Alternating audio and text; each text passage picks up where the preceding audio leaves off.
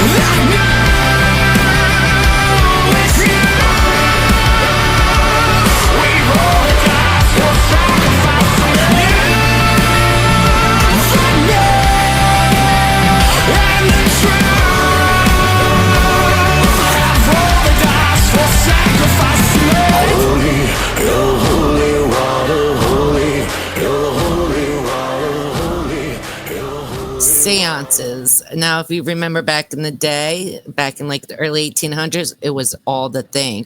The history is most closely tied to the rise of spiritualism in the mid 19th century, sparked by the Fox sisters in 1848, who claimed to communicate with spirits through knocking sounds. The practice grew rapidly, especially in Victorian England and France, becoming popular social and spiritual activity for growing, grieving, or seeking spiritual guidance.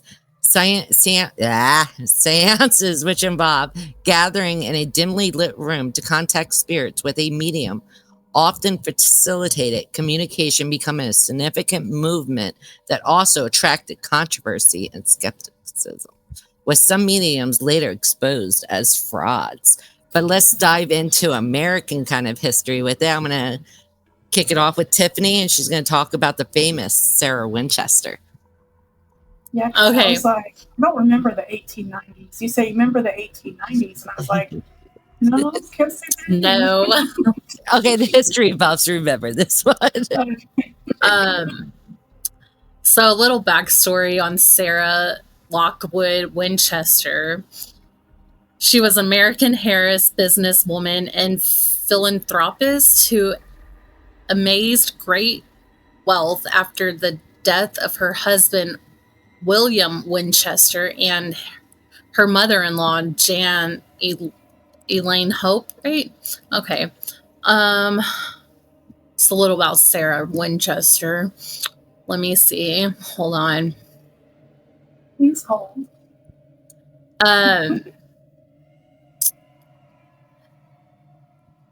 Oh, man.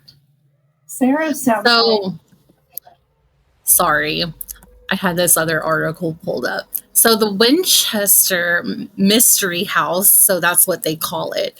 It's a haunted mansion filled with secret passages, ghostly apparitions, and spiritual energy, all linked to Sarah Winchester's obsession with communicating with spirits. She often used seances and her dreams to influence the house's bizarre design, creating a lot of rooms and hidden corridors. And many say the house's paranormal activity reflects unresolved emotional energy and ongoing spirits. So keep exploring. So everybody that explores her house, that's just crazy. I don't even know. Was it even like finished? It's finished right up to almost her death. Yeah. She finished it right before. Because she was always building onto it. Yes. Because they told her, the spirits told her, as long as she built, it would appease them. Yeah, that's crazy. Yeah. The story. Yeah. It was like the ghost of the Winchester rifle spirits were haunting her. I remember that. Yeah. She has had a lot of money and somebody took advantage. That's what happened there. Let's be honest. Yeah, exactly. Yeah, it's just... So mainly she had nightmares that haunted her, that helped give her the visions for the design of the house, filled with secret passageways and odd rooms, all reflecting these vivid nightmares. So they're all like created differently. It gives me the chills. It said she also did it to kind of fuse the spirits haunting her. Mm-hmm. But you think it helped, or you think it... No, I think it made it worse. I did. I think it made it worse. Because they say construction kicks up spirits. Yeah. Yeah, it was bad, but like, it took them forever to finish building that place. Yeah. I'm just trying to see like how long it did. There's literally doors that go to nowhere. That you open a door and you can fall to your death. Yeah.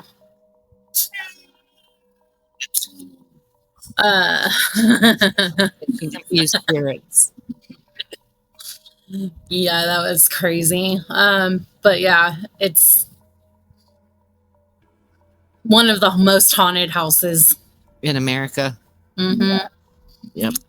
Good old Sarah. I think it has a lot of like, oh man, here's a good picture. Yeah, that house was huge. It was. What was the movie that... The Winchester house. Yeah. Mm-hmm. That was creepy. It was. It was loosely based on what actually happened. Yeah. Like a seance, a medium came in and was like, well, the spirits are commanding you to build this house. And the day you stop building is the day you will pass on. And it was right with just superstition and good old seances. Yeah, it was. So that'll just bring us into the next one. To the conclusion. It's LaDawn's turn. Yes. Okay, so I have a couple stories.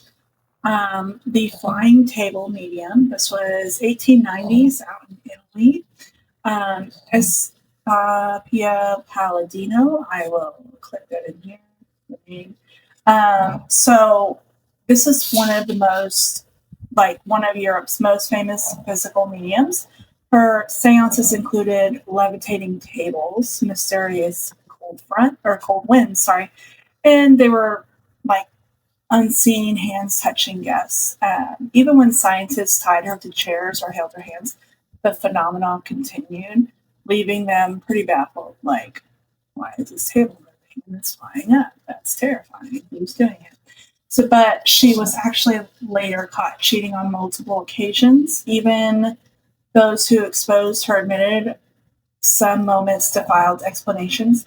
Many wondered if she was both a fraud and a genuine sidekick, faking activities when real spirits didn't show up. So that is a good question. Like, can a trickster still tap into something that's pretty real?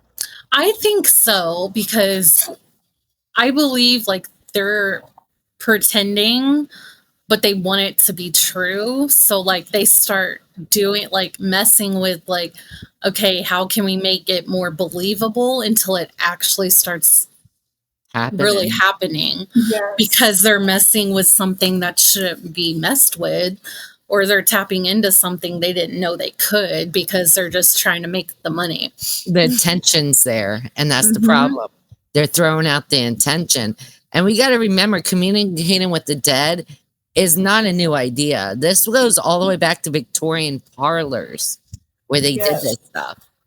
So this actually brings me into, I'm sure y'all have heard of this, the Mary Lincoln's White House Séance. And this was 1860s-ish in Washington, D.C. So I think I've talked about this before. So after her death of her son, Willie, Mary Todd Lincoln fell deeply into a grief. Like, obviously, her child's just passed away. She's just not doing very well. So she just decided to start hosting seances inside the White House, you know. So she invited famous mediums of all time, like the celebrated Nettie Colburn Maynard, to help her reach her child's spirit, you know, as any normal parent would probably want to do in grief. It is said that even President Abraham Lincoln attended at least one session silently, watching the tables move and voices whisper from the dark. Whether real or imagined, the seances brought Mary a sense of comfort and became one of the history's most haunting presidential stories. So, even in the halls of power, grief calls out. You know what I mean? So, I get it. The White House is haunted. The White House has always been haunted. What was the name? It was like Mary or Rosa or something. She was in the gardens. And, Mary Todd Lincoln. Mary Todd Lincoln. Why is everyone named Mary? It's true. I go tell this every episode.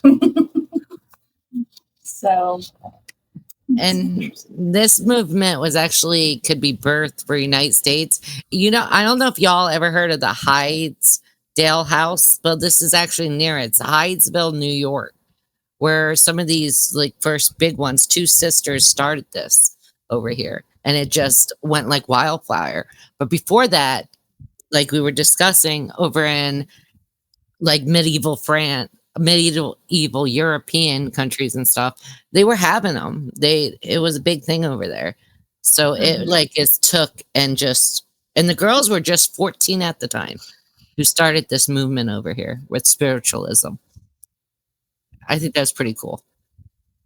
It is. I think so. Great. So, have y'all ever done a seance? Not me. When I was a kid. I'm sorry. What? Yeah. I mean, have we talked about this? No. I would have remembered this. Okay. Do tell. What happened? Who were you with? I don't. Okay, so hear me out. I don't remember all the details. I just remember it was like back in elementary school, and I was trying to be cool, I guess. And I was like, oh, yeah. I know we went out we were like walking around in the fields, in the woods, back in the day when we had woods, and it was like down by Harry Man Road. Today when we had woods, we've always had, what is happening today? Y'all remember 1890? Y'all are so silly. No, when back in the day when we had the woods behind our houses, like before they started building more neighborhoods. This is in like Texas before they got these big buildings, you know. Yes. And it was down by, the Harry Man Road, and we were just kids, so we were just roaming, and then I don't know, one thing happened and one thing led to another, and we were doing something. So I don't, yeah, that's all I can. One thing led to another, something, and then something happened. Yeah. Whoa, you left out the whole story, ma'am. Okay, time out. As soon as you started your story, there was a guy's voice. Oh, I'm dead serious at 11:20. Shut up. I'm dead. Wait till you play back. It was a guy's voice saying something I couldn't understand. As soon as you started your story, a guy's voice came through. Oh I'm my dead. God. I don't know which one of us picked I it up. cannot wait. I'm going to come back and listen to that. Yeah, I heard it clear as I'll day. I was label like, it for you listeners so you can hear. I couldn't believe y'all didn't hear it. It was like, I heard something when we were recording with our friend Phil. I heard a whole thing, and I'm like, as soon as you started telling your story, it came through. I don't know whose mic picked it up. Probably mine if it's a man's voice. It is a man's voice, and it said something. Was his name Bob? I don't know. Okay. That's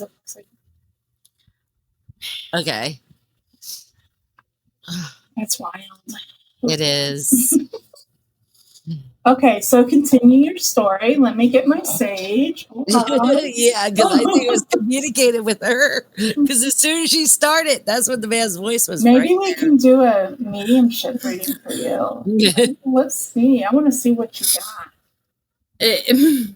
I don't know. Just got snot blowing out of my nose.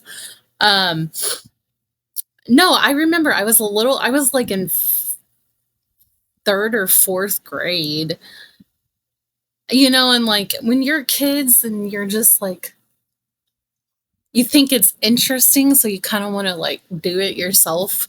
So, like you get in like a little circle and like you make a little, so we would get like rocks, and then, you make a little circle with the rocks. Oh.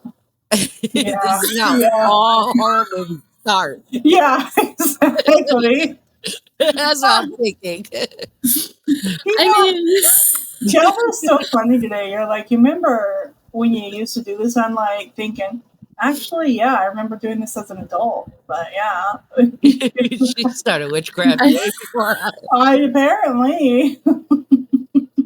Who's the witch now? I mean, that's all I remember. And I just, we did a little dance. Oh, she was really into the witchy stuff. Bad girl. We were like exploring things when we were younger, so that's what they put it in. Yeah, exactly what I was going to say. That's just what I got. So what happened when you danced around? I don't know. What did you summon? Like, I don't know.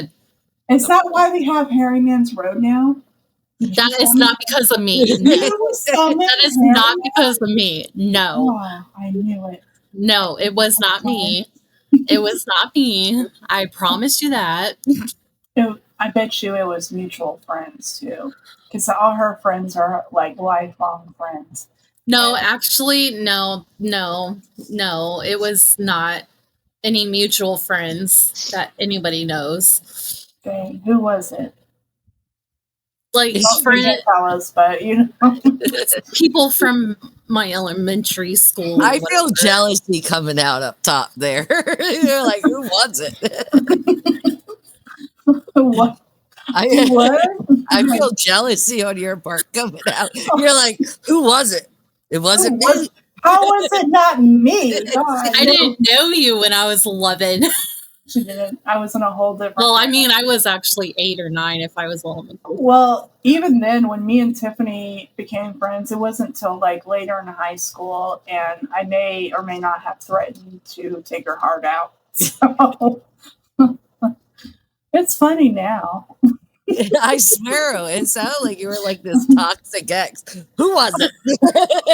He was. You know what, though? I think Tiffany is like me and her are kind of like toxic exes to each other. If you really think about it, She'd If be you like, watch the show, you know. for Just a saying. while in our 20s, we were like, be like, oh, you're hanging out with her? Like why? Mhm. By yourself? Alone? We had plans together, and why wasn't I invited? I know, we were like that, and then we'd be like, haha, I'm just kidding, but I know that Tiffany is not kidding because she's a Capricorn, and she will hold on to it. She'll wait if she has no problem with the waiting game. If she has to wait 10 years to get you cornered, she'll get you. And by 10 years later, I'm like, I don't know what happened. But I don't know. used to, if you watch the show, you hear the banter between them too. You're like, Yeah, huh?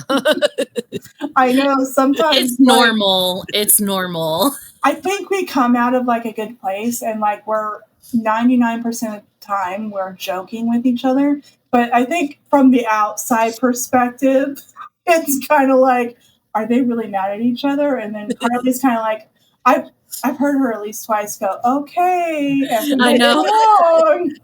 and we're like, yeah, we're fine. You know? We really are. It's not a big deal. I Yeah. mean, we laugh about this stuff now because it's like. But after all this is done, like either she'll message me or I'll message her, and it'll be like 10 messages in a row. Hey, what are you doing? Hello, hello, hello, hello. Shit, shit, shit, shit, shit. I mean, ice cream, ice cream, ice cream. Mm-hmm. And then I'm like, what do you want? And then all I say is hi. Yeah. What are you doing? Did you forget about me? Are you mad at me? That's my favorite to ask her. Are you mad at me? I'll be like, no. Well, what's wrong? Are you okay? Like, what did I say? What happened? Oh my gosh. Listen to what happened today. She can't ask me if I'm okay because I always give her like this deep, long version, like of everything that doesn't even matter. I'll just give her all the nitty ditty details. I'm like, yeah, well, I hit a rock with my toe today. That was kind of like traumatic. You say that. You tell me that anyways. I don't even have to message you and ask if you're okay. I know. I've gotten back to it here lately. I'm like, so then I messaged her, was it last night? I'm like, how are you doing? Oh, it was the night before, I think. Yeah, I was like, how are you doing? Like, what are you doing? What are you up to? And then she turns it around like she's a therapist, you know? Like, how are you doing? And I'm like, I'm fine. And I'm like, don't say anything more. And I'm like, I'm drowning mentally. It's really hard to get cancer. And then Karli is like, she's like, after she goes to bed, she's like silent. Yeah. And then you'll get her very early in the morning when she's being productive. She's like, sorry, I went to sleep like a normal person.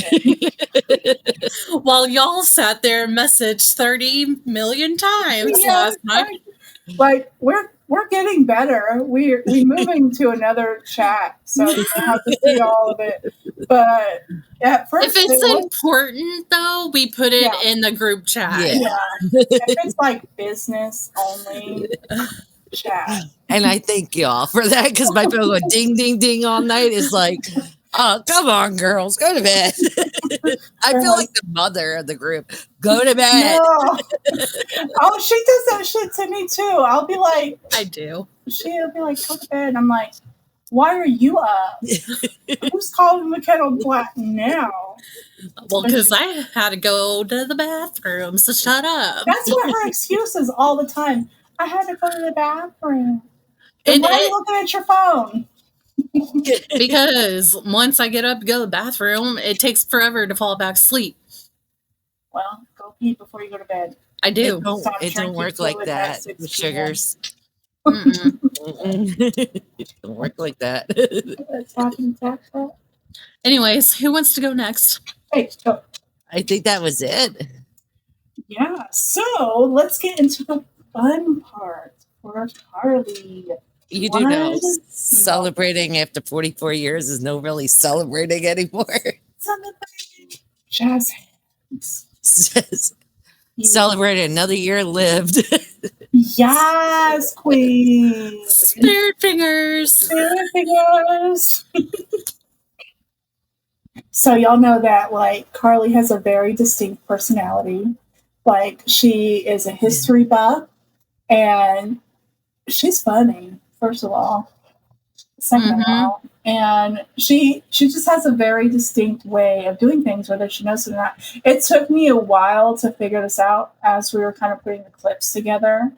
I was like, oh my God, she really is like a history buff. Like she really likes doing her research on everything. And that's why she's so great for the show. We love having her.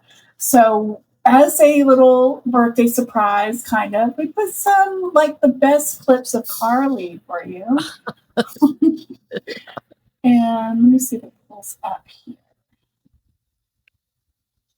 It's going to take a minute, but we'll get it. She's our mama bear. Yeah, literally.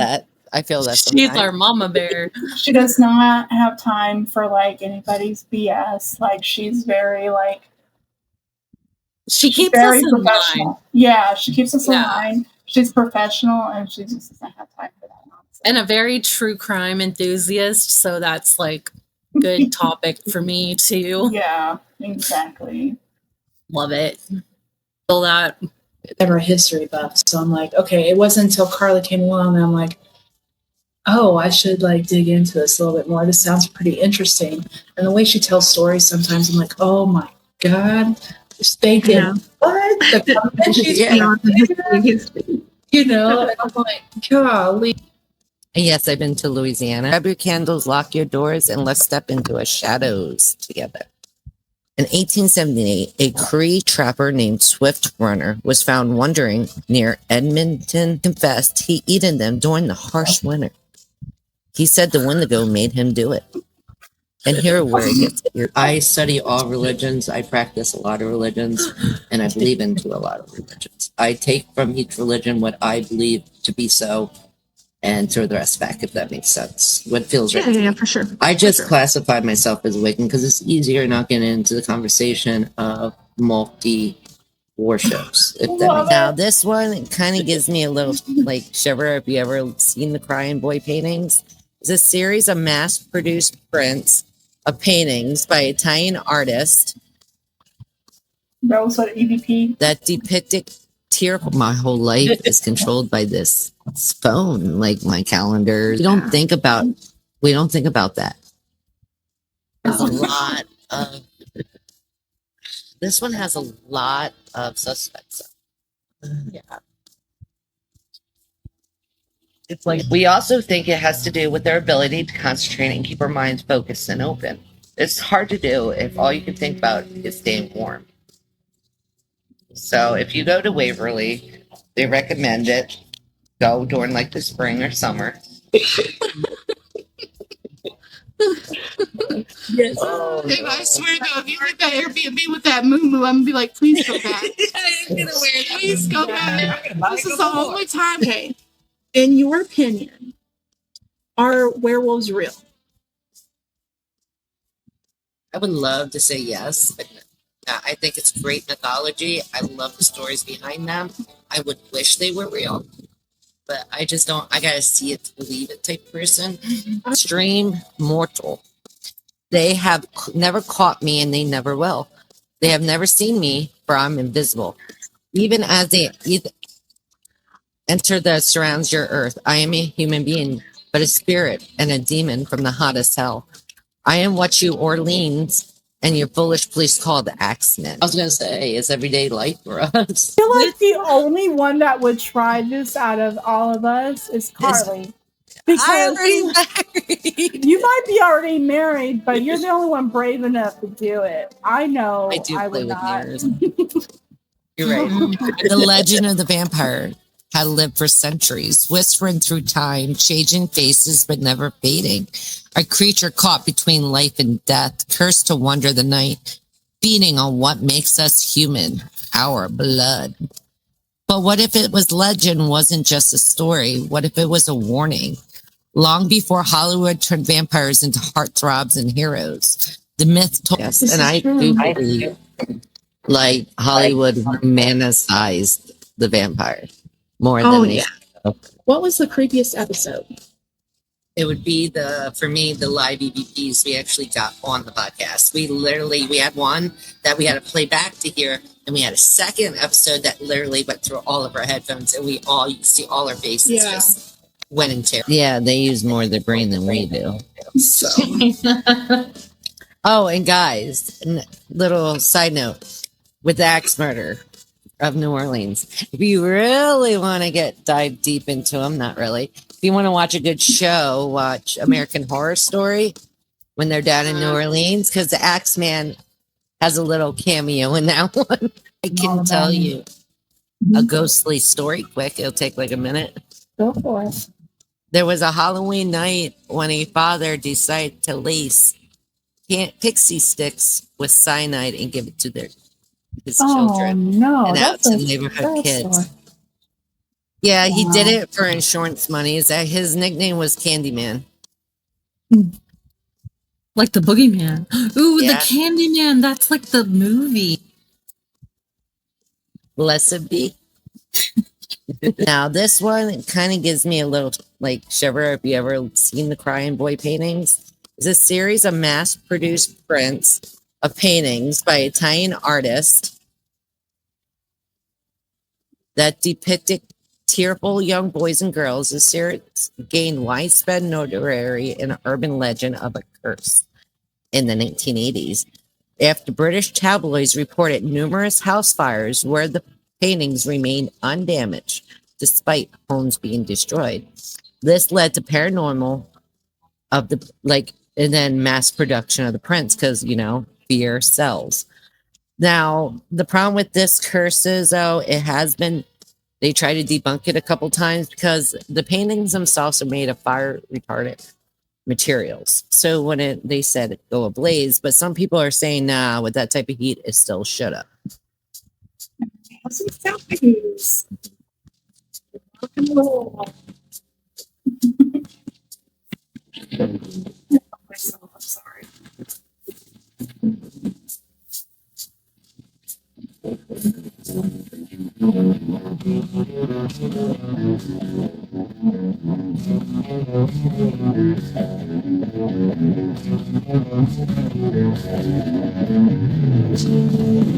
Get ready for some amazing episode coming up. Live session coming up this spring. Look out for us, y'all. Love ya.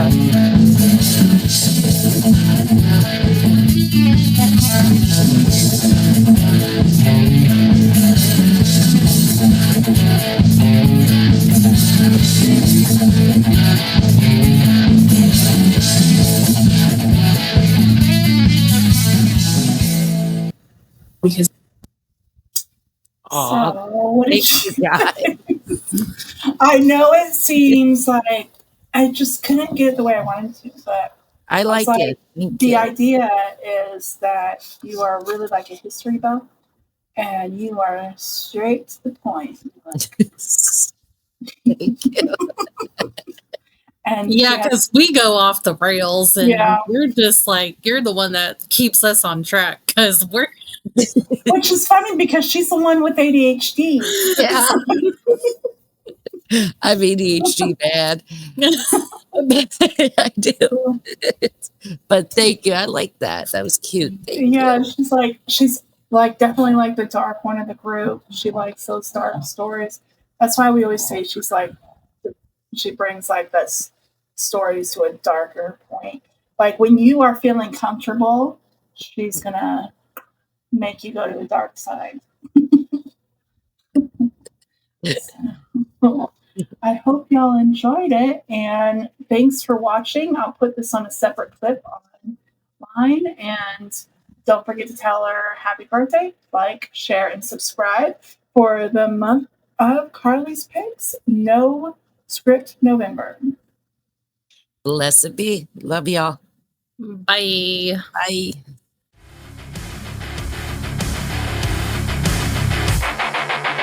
Feels like I'm running in place, a task I can't erase. I'm